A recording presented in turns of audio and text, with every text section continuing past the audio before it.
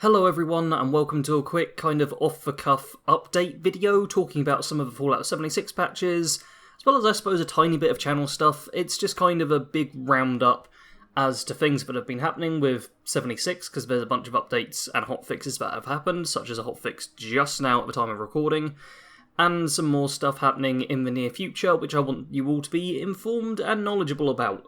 So really, if you're just looking for a what is the current state of 76, what's going on and all of that stuff, this is a video for you. So first up, the hotfix that has just happened on today, which is the 25th of... we're in July, I think we're in July, yep. There's been a very small hotfix, which has mostly been for bug fixes. They've got the notes here. Some addresses to power armor, which will stop it from becoming unresponsive.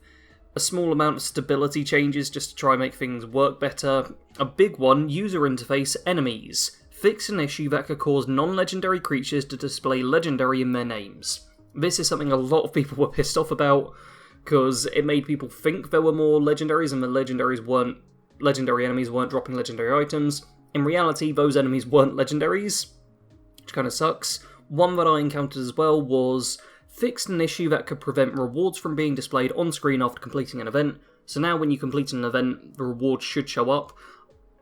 For the record, this is something that might still be an issue, but I haven't seen it in the quick little playtime I spent doing. I just jumped in for like 10 minutes, was like, okay, nothing's exploded, so if there's something wrong here, feel free to let me know, but it's one of those things I can't really test all that well. And also, power armor, pieces of power armor that the player has renamed no longer lose their custom names when they are recalled to the player's inventory. Did not realise that because I've never named an individual piece, but that is good to know as well. There also has actually been some gameplay changes with this update, which is a bit strange because it is just a hotfix, and it's all for survival mode. The biggest of which are the scoreboards, which I will have footage of. That's what I jumped on for. Players ranked in the top 3 on the scoreboards are no longer highlighted on the map. The scoreboards will remain in place so that players can check their stats and rankings, but the map can no longer be used to track the positions of the top 3. I was thinking about making a video talking about how changes to make to survival mode to make more people play it.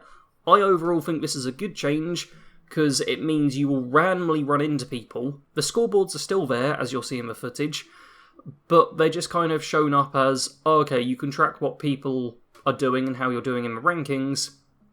However, you can't use it to track down the top 3 people and just kill them over and over again.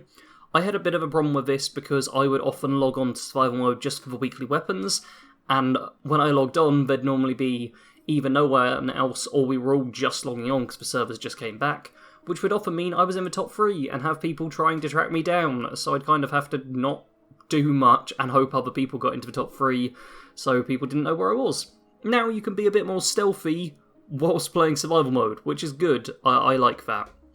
They've also made some significant changes to weapon damage in survival mode. The PvP damage multipliers have been removed, so base weapon damage closely matches adventure mode. This means adventure mode and survival mode you're dealing with same damage PvP wise, although adventure mode you don't really do PvP all that much. They've also put non-base weapon damage bonuses have been reduced to create more balanced engagements that are less dependent on specific builds. This is a little bit vague, but I'm guessing it's stuff like explosive effect, which wrecks in survival mode quite often, and it just means you should be able to survive a bit longer.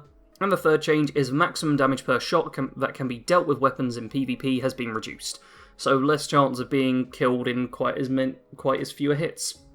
So it all just sounds like they're making it so that engagements will last longer, which is what I've been wanting more than anything from survival mode, because right now it tends to be a case of, oh, 5 seconds maximum and I'm dead.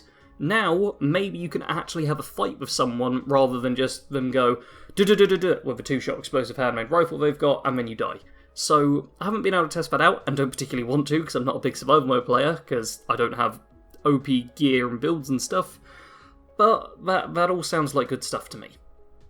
One small other thing from this update is download size for the update will be less than 1GB for consoles and under 50MB for PC. If you're on PC, it will show up with a standard, 64GB updates, but it actually just gets done in a few minutes because there's a visual issue on PC with the updates. Now, one other thing I wanted to talk about before I get on with more Fallout 76 stuff is the weekly survival weapons. You may have noticed I didn't upload a video on Tuesday because the weekly survival weapon for this week is the Unstoppable Monster, which I have already made a video on, and I will link that video in the description, and I'll probably put a card up about it as well if I'm smart. I probably will forget to, though. That weapon is available right now. I made a video on it. The challenges and everything are exactly the same, so I figured I wouldn't waste people's time with making the exact same video. Would be a bit pointless. But if you want to get that weapon, it's pretty much the strongest survival mode weapon they've ever released, so I'd recommend jumping into survival mode and getting it, especially now you're slightly less likely to die. So there's also an Inside the Vault, and I will be linking to all of these articles, well, both of these articles in the description, talking about QuakeCon and today's hotfix. The big kind of update that I haven't covered yet is that Meat Week is being delayed until August 1st? Yeah, we're now currently targeting Thursday, August 1st for this update, and we'll keep you updated if that changes. So that is patch 11.5, which contains the upcoming Meat Week seasonal event. So pretty much this time next week, we should be getting another update, which hopefully will make the game more stable and fix more of the issues, as well as bringing in Meat Week, which, if you haven't heard about it yet, is a whole cooking-based event with Graham, the Super Mutant Vendor, which I'm looking forward to, and which I will, of course, be covering. So standard, subscribe if you want to see all of that, and all of that, yada yada. And then there's a whole bunch of stuff about QuakeCon 2019. Most of it here isn't too important for most of us, although you can read through it if you want to. There's going to be a Nuclear Winter tournament. Details on that are a bit fuzzy, but it sounds like it's at the event. So if you're going to QuakeCon, be aware of that. Don't know if it's something you can join in on or what, no idea. Sounds like it's on Xbox as well. The part that matters, though, really, is that there's going to be a live stream at 10 AM CDT on Saturday, July 27th. I've worked out in England time, that's at like 4 PM, I think? Yeah, 4 PM UK time, for any UK people out there. Not sure what it is for other time zones, I'll leave you to work that out for yourselves.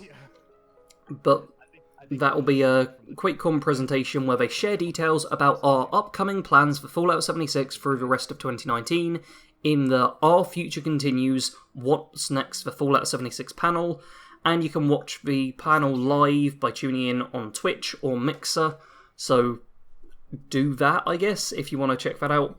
I will likely be making a video on it if it's anything particularly big that deserves covering. I imagine there'll be a lot of stuff about Wastelanders going in there, so worth catching if you're really interested in the Wastelanders update. Plus it will tell us if there's anything coming after Wastelanders but still in this year, so worth checking out. And I think that might be pretty much it for now. Yeah, now just some very small channel stuff, which is mostly a case of Scavenger Run will be uploaded tomorrow. I'm going to be recording that tonight when hopefully it drops to a reasonable degree. I'm literally sitting here with sweat dripping off of me. It's horrible. I hate the heat. But yeah, I'll be uploading Scavenger Run tomorrow. That'll be up standard time, just a day later than normal.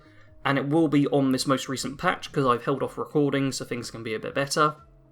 That also means you'll be able to see a bit more of the patch and see if I run across any issues that have been added or whatever if you hadn't jumped back into the game already. And Melee Madness, I'm actually showing off how to get Unstoppable Monster in that, so that's going to be uploading pretty much right towards the end of when you'll be able to get it, but that will also be recorded pre this patch, so there might have been some issues. There's a whole bit of an issue with them releasing so many patches in such a short time, so apologies if any of my content has me moaning about stuff that's been fixed, or is more up-to-date than stuff that is out later. It's all a bit muddled around. Also, apologies for slightly less content than normal. It's literally a case of it's so hot right now, and I cannot work in the heat, and I need to turn my fan back on. So, bye everyone. Apologies if I missed everything. Links down in the description for everything you need. Let me know if you've jumped back into Fallout 76, because I'm still a bit hesitant about it. Anyway, all is good, everything's fine, I don't know how to do outros, goodbye.